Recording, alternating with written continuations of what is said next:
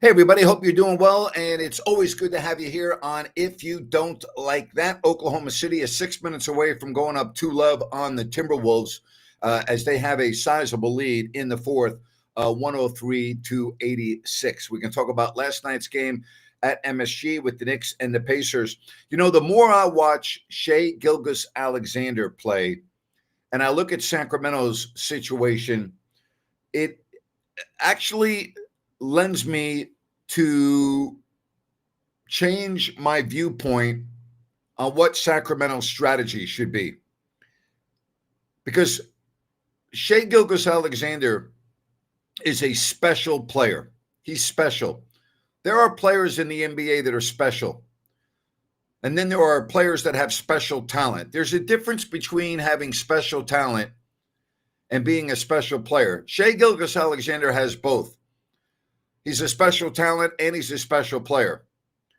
That's not always true. Like, to me, I think De'Aaron Fox is a special talent. Special. But he's not a special player, in my opinion, like a Shai Gilgeous-Alexander or Tyrese Haliburton. Tyrese Haliburton is a special player. Special. He's got that it, right? There are certain players that have that it factor. And I got to tell you, I watch Oklahoma City play. I look at their young nucleus. I look at how they built their team. I look at how they're so well stocked for the future. If you're looking at this from the Kings' perspective, barring injury, of course, this group of Sacramento Kings players is going to have no chance to compete with Oklahoma City. They're just not. They're not. I would very much, because the goal is to ultimately get to the NBA Finals and win a championship, right? And when you look at the lottery and you look at Dallas, and they're going to get Cooper Flagg, and you look at Denver with Nikola Jokic, and Cooper Flagg's not a special player yet. Nikola Jokic is a special player. We've known that Steph Curry's been a special player for years. Shai Gilgeous-Alexander is a special player. Do the Kings have a special player? Do they have that it guy? Do they have that guy? Cody says Sabonis. Well, I can only go by Sabonis in the playoffs against Golden State, and he was far from special. Far from special. Now, I'm not going to judge a guy based on only one playoff series, but if you're going to go by what we have in front of us and the sample size, he was far from special. Far from special. Do I think the Oklahoma City-Minnesota series is done? No. And the reason why I say that is I look at what Oklahoma City's done in the previous two series. They struggled mightily when they backed to Memphis for games 3 and 4, and they got very fortunate. But they didn't play the way they did at home. We saw what happened in the Denver series. The Nuggets extended them to 7 games.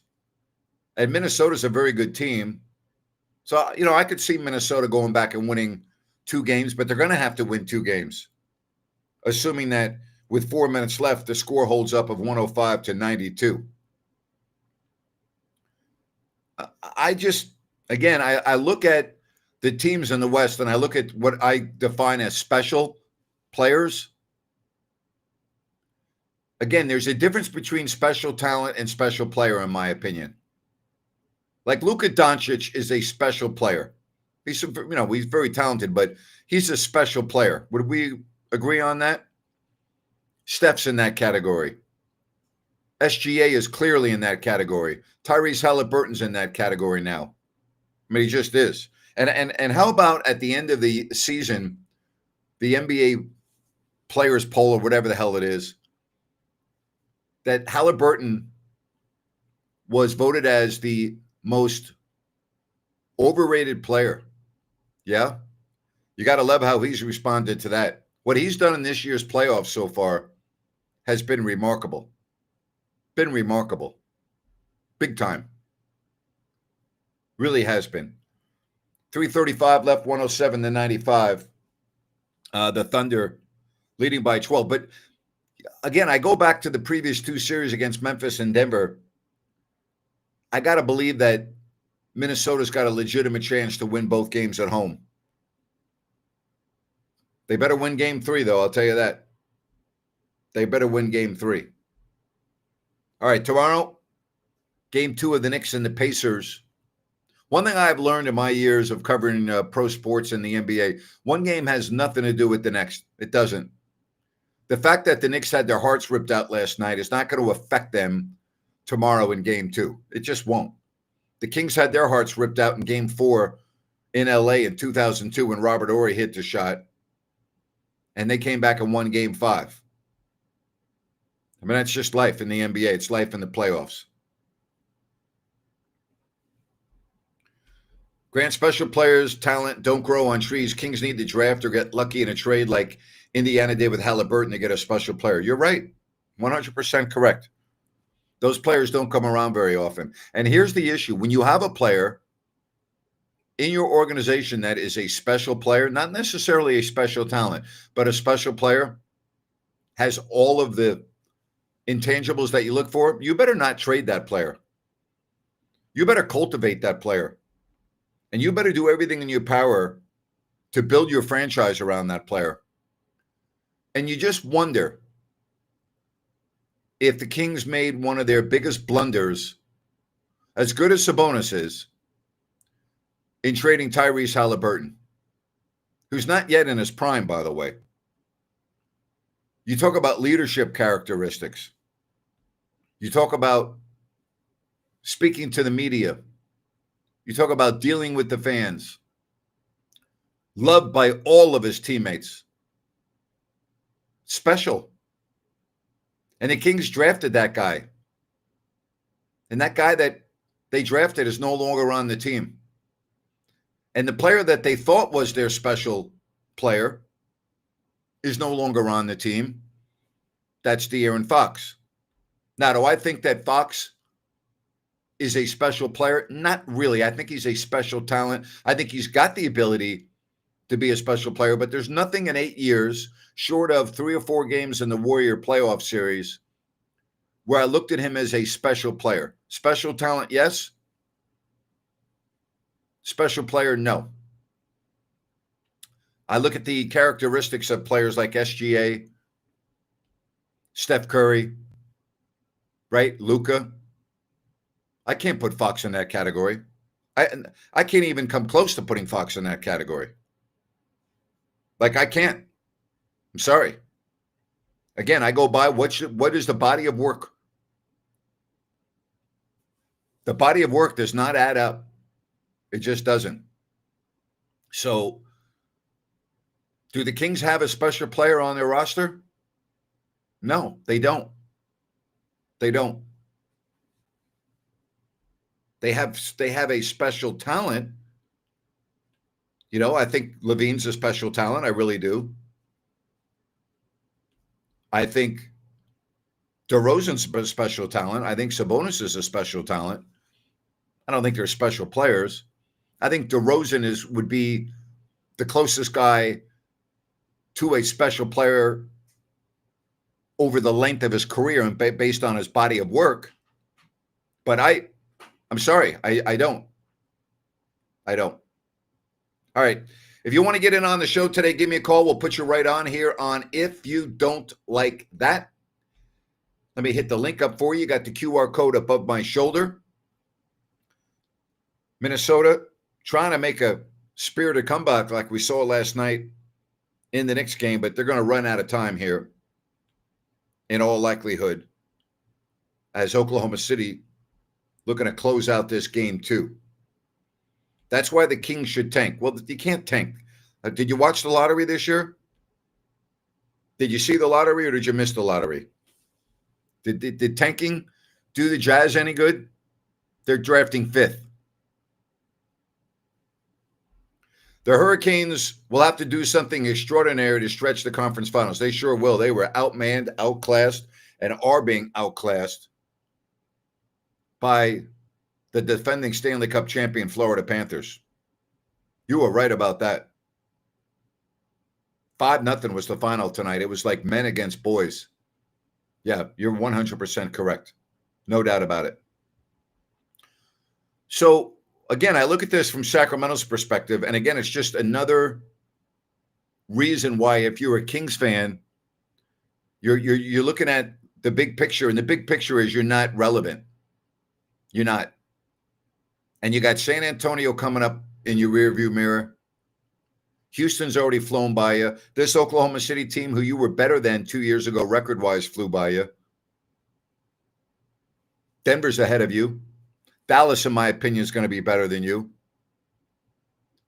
I don't know about the Clippers and the Lakers. I don't know about the Warriors. I don't know how much longer we can just keep on counting on Steph Curry to be the guy, and he gets hurt now too often.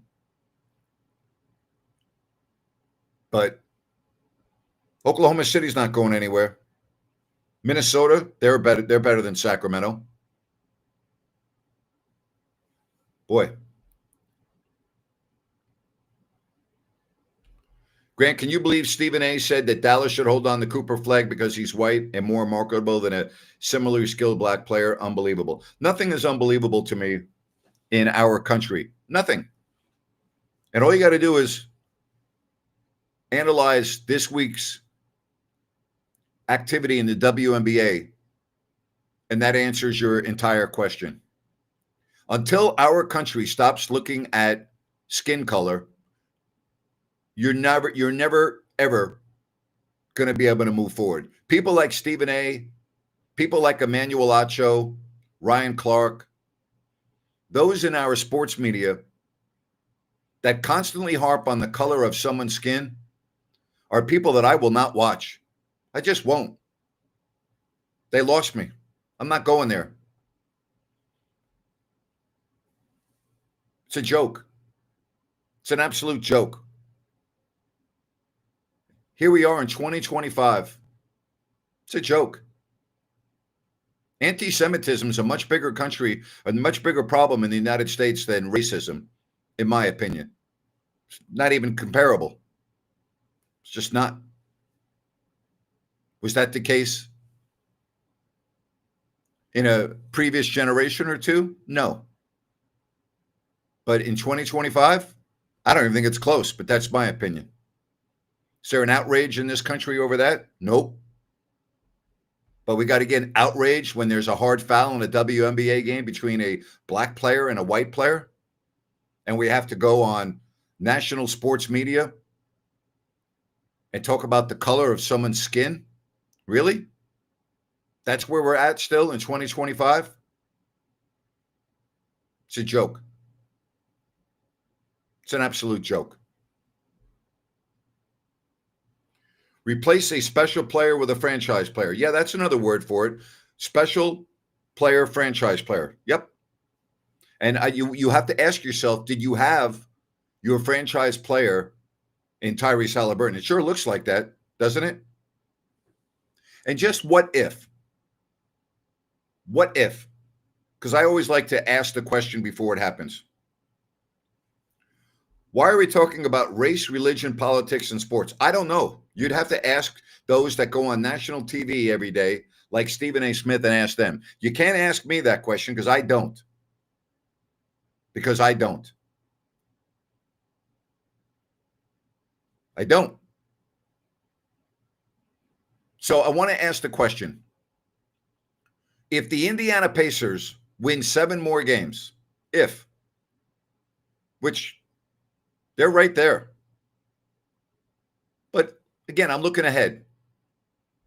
If they win the NBA championship and Tyrese Haliburton is the MVP of the NBA Finals, what do you think that's going to be like for a Kings fan?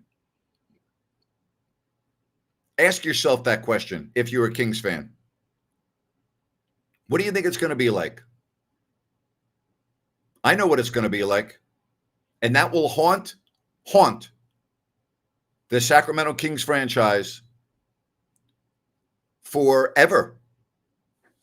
or until the Kings win a championship, which I don't think will ever happen, especially if you have the present owner. It's never going to happen. So ask yourself that. Ask yourself how you would feel as a Sacramento Kings fan if that scenario were to unfold. I think you're asking that question already based on what you've seen so far in the last couple of playoffs with Halliburton, but I think you're really asking about it now. Wow. Hey, folks, plumbing needs, plumbing repairs, New Works Plumbing, they've got a fix for you. They're available around the clock 24/7. Give them a call, go to their website, or use newworksplumbing.com, NEWWRXplumbing.com, New Works Plumbing.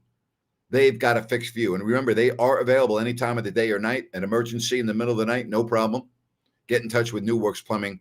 They're awesome, and they've got a fix for you. No fix for the Minnesota Timberwolves in the first two games, as they are going to go back to Minneapolis down 2 games to a very, very good Oklahoma City team, the final of 118-103.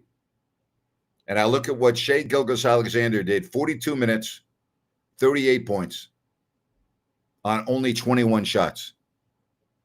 Guy's the real freaking deal. I look at Chet Holmgren.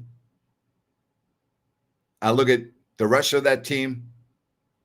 I look at how it was constructed. I look at the draft picks. I look at the future, and I'm just like, oh, my gosh. We talk about dynasties, right? That could end up being a dynasty. Halliburton trade haunting the Kings franchise already, Grant. Well, I don't know if I would say already, but I would say that it's heading in the right direction. What's worse, not trading Luka or trading Halliburton? Feels like Hali since we actually had him. I would agree with that. And you have to understand something about Luka. Luka was not drafted first by Phoenix, second by Sacramento, or third by Atlanta. I mean, officially they drafted him, but that's not who they wanted. And they made a pick with Dallas. So ask yourself, why did 3 teams pass on Luka Doncic? I had heard of Luka's conditioning, partying rumors before the draft.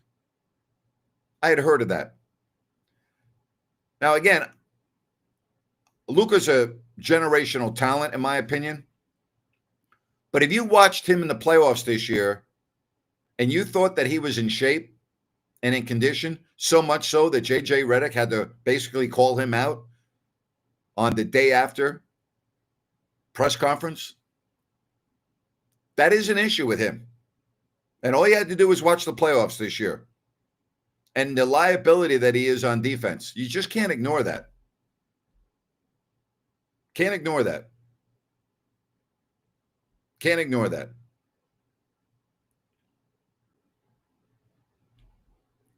Agreed, not drafting Luka is exponentially worse. Yeah, I mean, listen, they should have drafted him. We all know that. Phoenix should have drafted him at number 1. They should have taken him over DeAndre Ayton. Atlanta should have taken him over Trae Young. Right? I mean, would you rather have Trae Young or Luka Doncic? Would you rather have DeAndre Ayton or would you have Luka Doncic? I mean, come on. Come on now. Grant, it's really enjoyable watching the Pacers ball movement. It's Rick Carlisle. He's a great coach.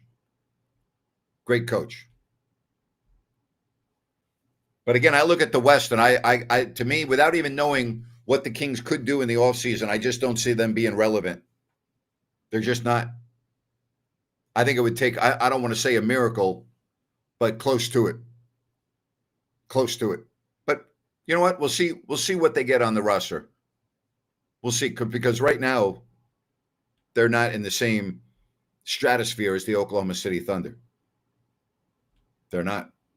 Sorry, but they're not. Hey, Sunrise Landing in Calusa. Check it out by going to CalusaSunrise.com. You'll get all the information you need on this beautiful residential community with no Mellorews, no homeowners. Great location. You know, it's adjacent to the Calusa Golf and Country Club. You've got good access, I-5, Highway 45, Highway 28, Blazona Development Project. That's Sunrise Landing.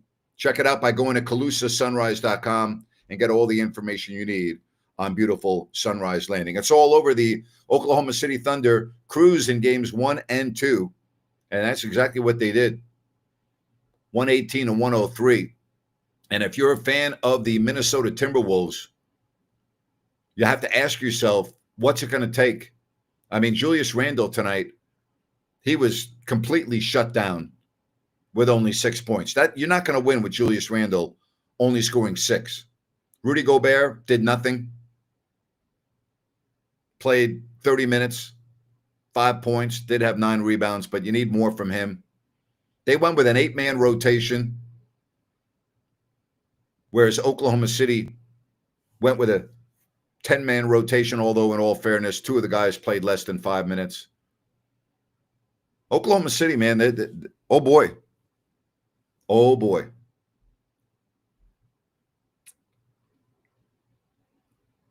All right, again, give me a call if you want to talk about this or last night's game or the future of the Kings. But again, I'm going to ask this question. If Tyrese Haliburton takes the Indiana Pacers to the finals and you watching him play in the NBA finals, what are you going to be thinking? You know exactly what you're going to be thinking. Wow, the Kings had him and they drafted him and they traded him.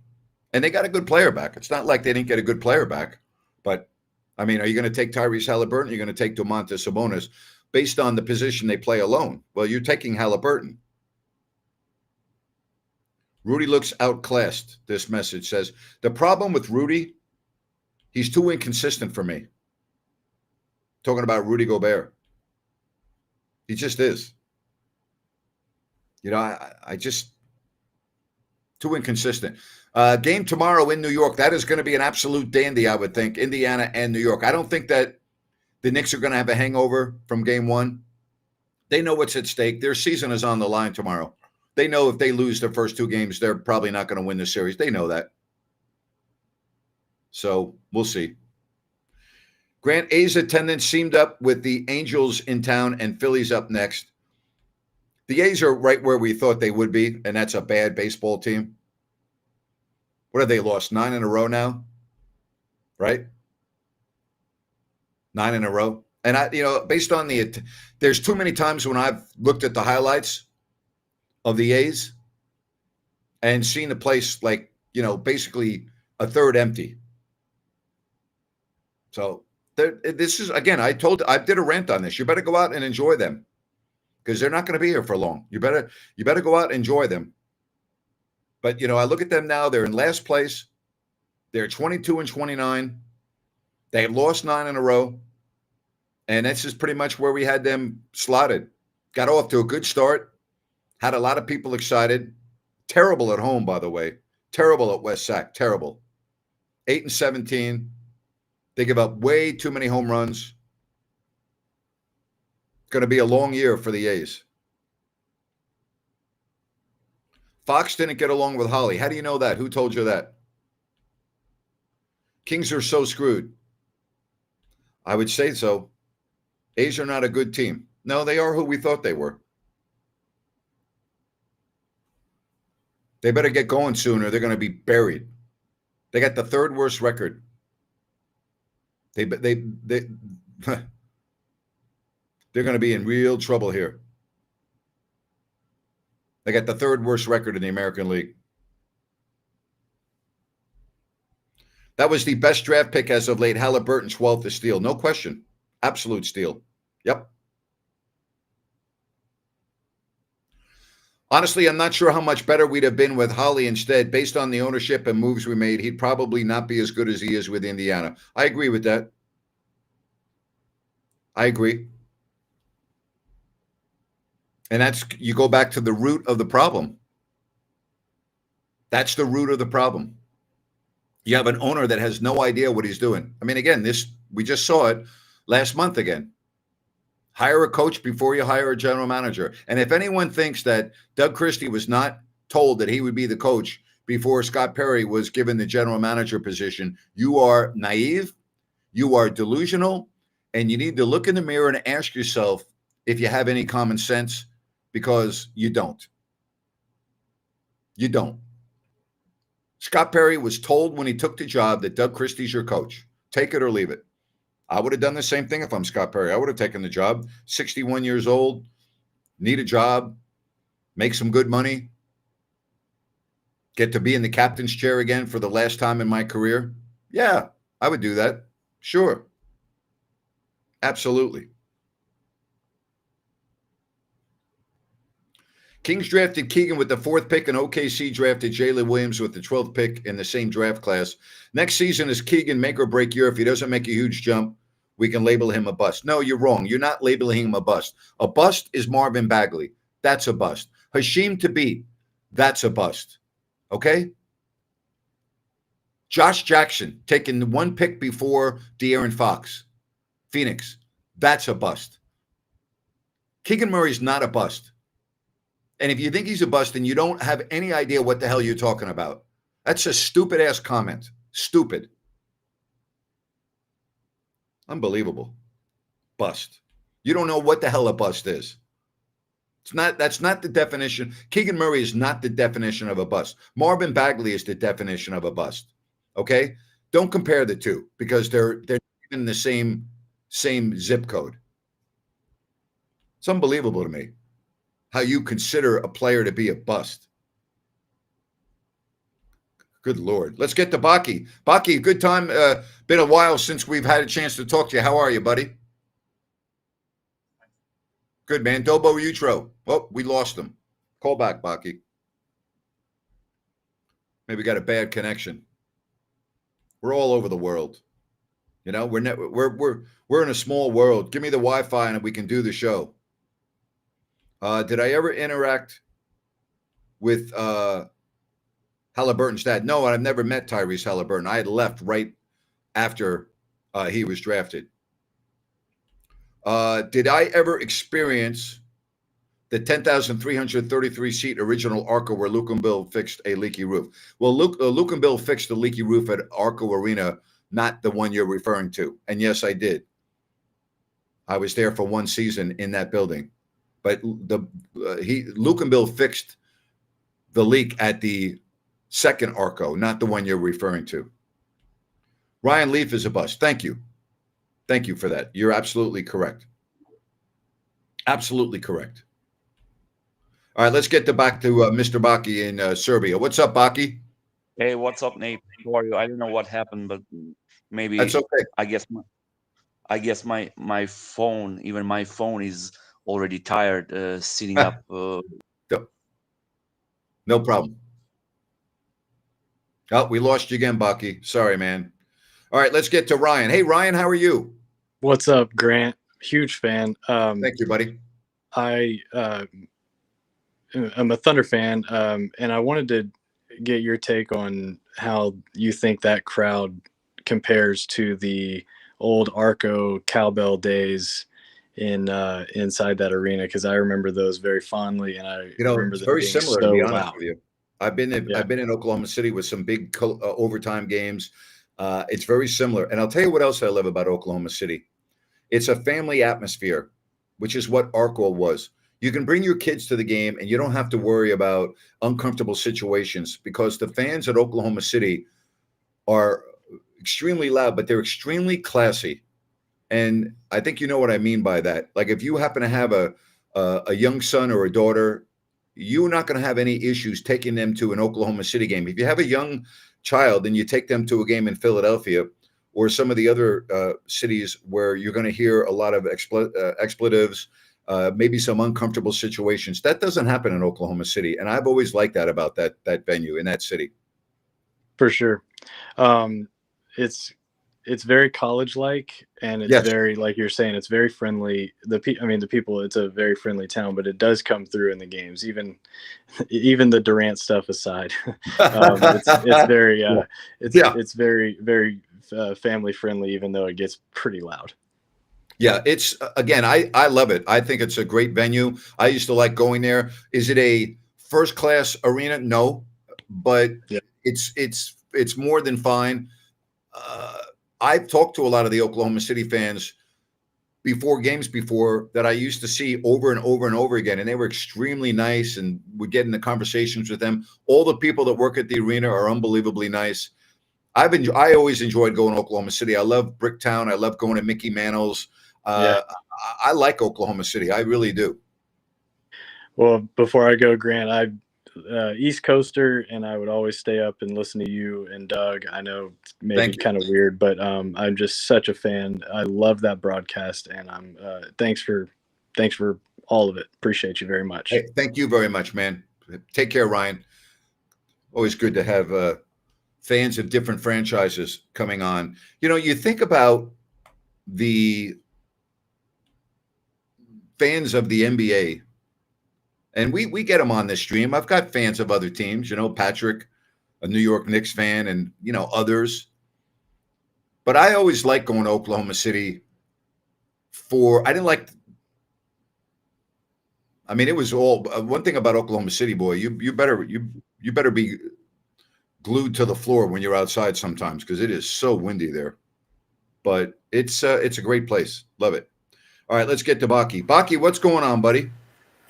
Okay, they say third time lucky, so I switched to the computer. Okay. So you sound great now. Much better. Okay. First of all, how are you, Napes? I'm good, Baki. It's good to hear from you, my man. It's been a while. It's been a while, definitely. So I really like what I see on the East Coast, but I don't like what I see on the West Coast, and I don't like what I see on that ESPN crew or stuff like that. So what's your comment on Mike Malone and these ESPN involving like a commentary and like I don't watch it. I watched the game tonight actually with no sound on in the second half. I don't watch any of the pre-half or post-game. Haven't watched any pre-half or post-game all year. I did, and I'm going to be honest with you, I did see a clip on social media of Michael Malone after game one, and I didn't even know Michael Malone was doing this. And I sent Michael a message because I didn't even know he was doing it. And I actually thought, and again, it was only a post-game hit on the court, and I thought he did a very good job. And I said, hey, Michael, man, I'm just reaching out. I want to let you know I thought you did a hell of a job on TV. But I didn't watch it live, and I haven't watched anything. So I really can't comment on it. It's very difficult for me. Listen, I'm not a Doris Burke fan like a lot of other people, and I'm not a Richard Jefferson fan. I think they have the wrong people working with Mike Breen. Like to compare Doris Burke and Richard Jefferson and Jeff Van Gundy and Mark Jackson they've gone so downhill with that broadcast, so downhill. But I want to get your take. What do you think?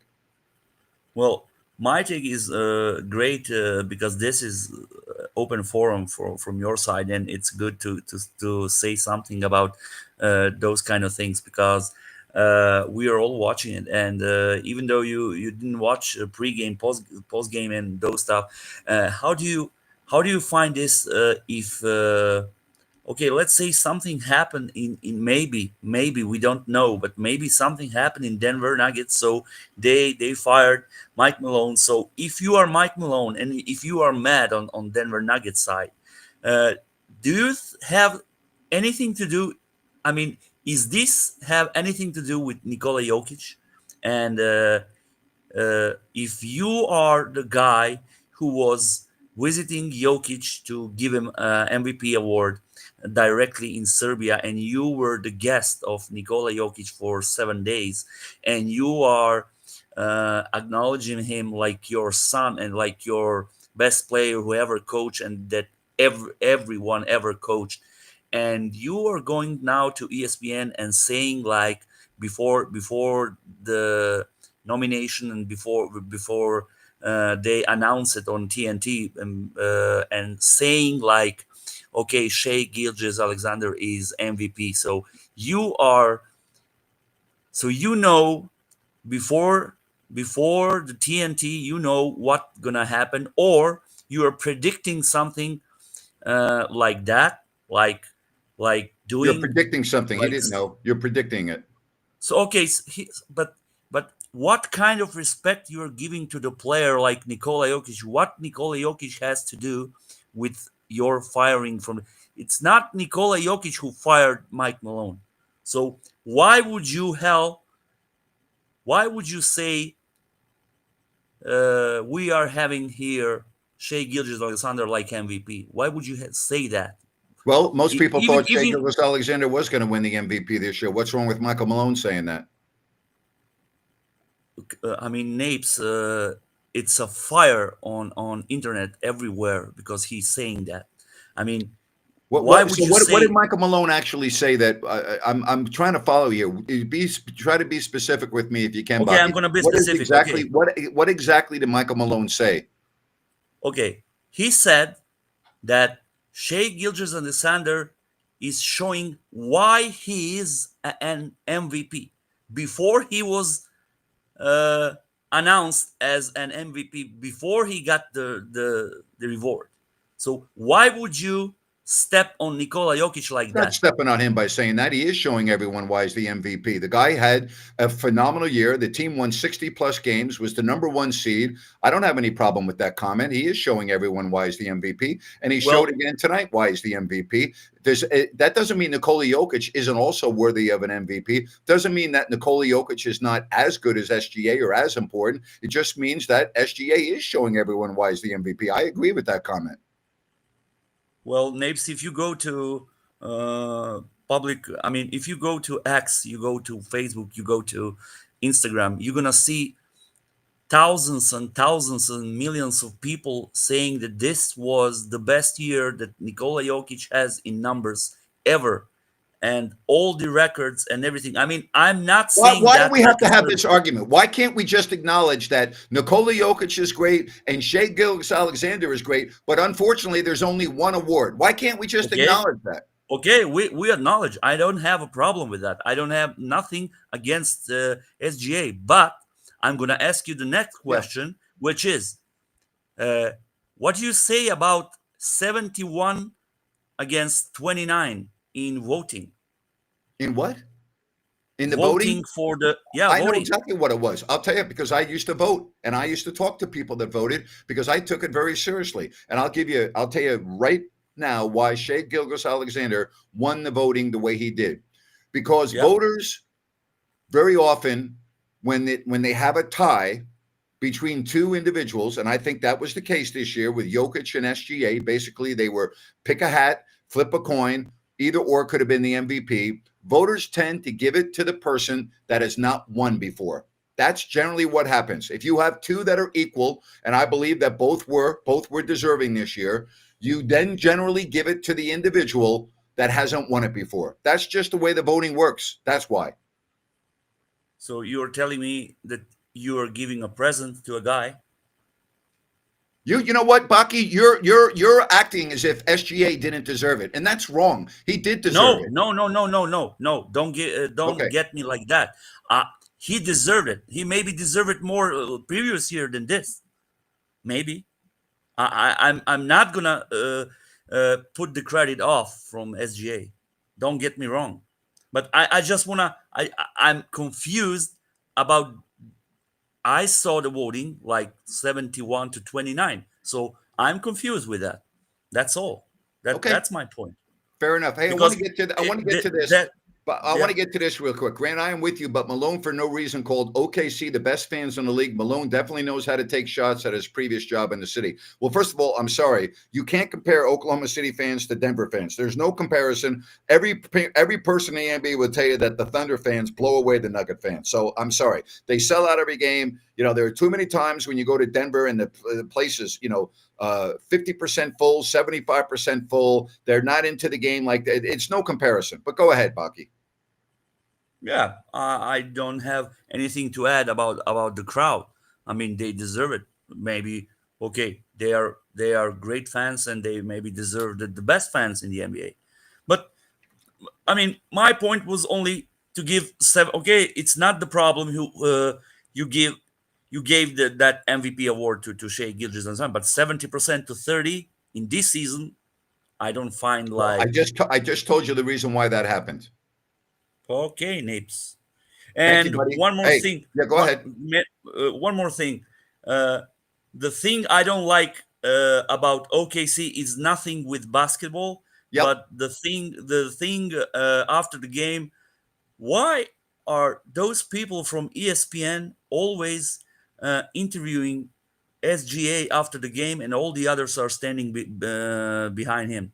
I mean, there Very is simple. He's a the lot MVP. of there is What's wrong? there I is a don't know. lot of other people who deserve to be interviewed. Well, I that's mean, not the way it works. The network asked for a player, and SGA is the star of the team. He led the team in scoring tonight. And generally yes, speaking, you're going to interview the guy that is the star guy who had the best game. He had the best yeah, game. I don't have a problem with yeah, that. yeah, but every game, Well, it, again, it I don't know about every game, but when you watch the Warriors play, Steph Curry was on almost every time. When you used to watch, when you watch the Lakers, or before that, whoever the hell team he was on, Cleveland.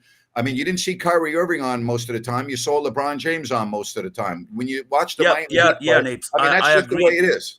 I agree, but most of the time is maybe 80, 85%, maybe 90, no problem. But Okay. in Well, this case, it's 100%. do you think It's most of the fans always want to hear Shai Gilgeous-Alexander after the game tonight, or Chet Holmgren? I'm not taking only this game. I'm telling you definitely. Last 50 games, 50 Okay. times is SGA. I mean, Bucky, I it's appreciate it's you, a lot, man. a lot. Yeah, I appreciate you. appreciate you. Good See you, call, my brother. friend. Good call. Take care. Take care. All right. We've got Rhino, the one and only Mr. Rhino in Sacktown is with us. What's up, buddy? What's up, buddy? I have a fire in my belly about the six-man voting. Can we Okay. break this down really quick? I'm just kidding. I Love know. Baki's passion. Hey, you drawed me out with the Halliburton question, and I want to talk through this with you really quickly. Yep. I think it would be fair to say, regardless of whether Halliburton carries on, they win a championship, and he's the MVP, that trade will always be viewed by Kings fans as a mistake. Can we I agree there? agree. I agree 100%. Okay. Always. So we have our first building block. Here's the difference for me, Napes. The infrastructure that Tyrese Halliburton had around him, Coach Rick Carlisle, the stability, the ability to adjust with his players, and then also be creative with their strengths and weaknesses. Tyrese Halliburton likely would have had the exact opposite here in Sacramento. And sure, I think he would have been good, but I have no confidence that you would have put the right places around him because they never really did it with De'Aaron Fox Exactly. until Domantas Sabonis.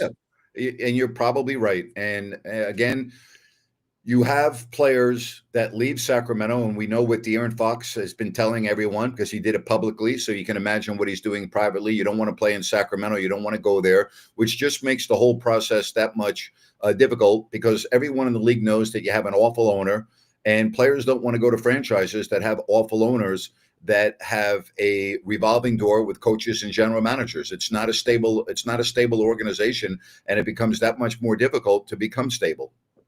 It's an excellent point. And I moved to this. Tyrese this year struggled for most of the year. He had a confidence issue. You saw he was voted the most overrated by the majority of the players in that athletic poll.